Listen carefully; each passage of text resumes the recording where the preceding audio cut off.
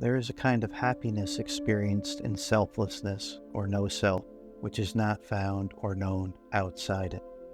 To begin with, you could say that the happiness experienced in no self is ultimate happiness.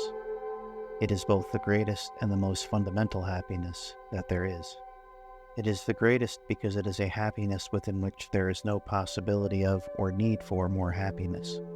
It is the most fundamental happiness because it is intrinsic to all things.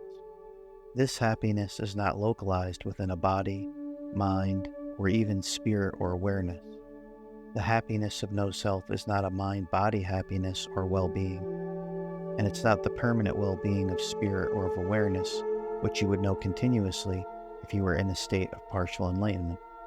Instead of being localized, the happiness of no self is at once everywhere and in everything. In the absence of self, this happiness is discovered to already be in all experience, and you don't have to do anything for it to be this way.